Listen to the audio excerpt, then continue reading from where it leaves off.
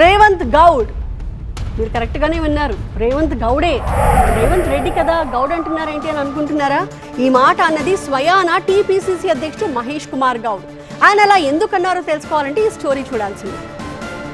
సర్దార్ సర్వాయి పాపన్న గౌడ్ విగ్రహావిష్కరణ ఏర్పాటు సందర్భంగా నిర్వహించిన సభలో టీపీసీసీ చీఫ్ మహేష్ కుమార్ గౌడ్ ముఖ్యమంత్రి రేవంత్ రెడ్డిపై ఆసక్తికర వ్యాఖ్యలు చేశారు. ఆయన ముఖ్యమంత్రి పేరు చివర గౌడ్ చేర్చగానే సభలో ఉన్నవారంతా షాక్ అయ్యారు.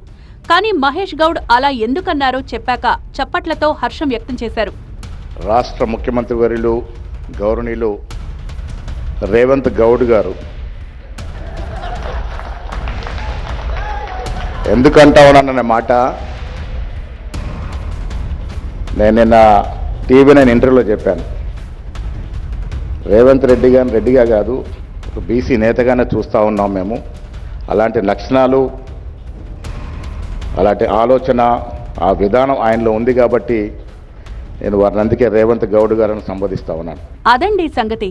సీఎం బలహీన వర్గాల కోసం చేస్తున్న కృషిని గుర్తిస్తూ రేవంత్ గౌడ్ అని సంబోధించాను అన్నారు Mahesh Goud. TV9 cross fire లోనూ ఇదే విషయం చెప్పారు మహేష్ కుమార్ గౌడ్. బీసీల విషయానికి వచ్చినప్పుడు మాకున్న కమిట్మెంట్ ఏ ఇతర పార్టీకి లేదు, రాదు కూడా.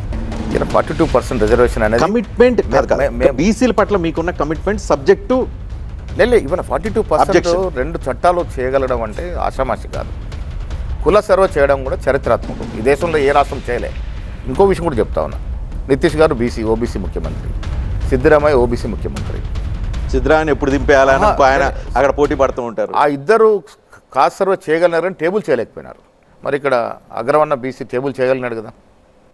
రాహుల్ గాంధీ రేవంత్ రెడ్డి బీసీ, రేవంత్ రెడ్డి ఓసీ అయి ఉండి కూడా అగ్రవర్ణ బీసీగా ఆయనకి సర్టిఫికేట్ ఇస్తున్నారు. అంటే బీసీల గురించి చేసినప్పుడు బీసీ కిందనే లెక్కిస్తాం మేము.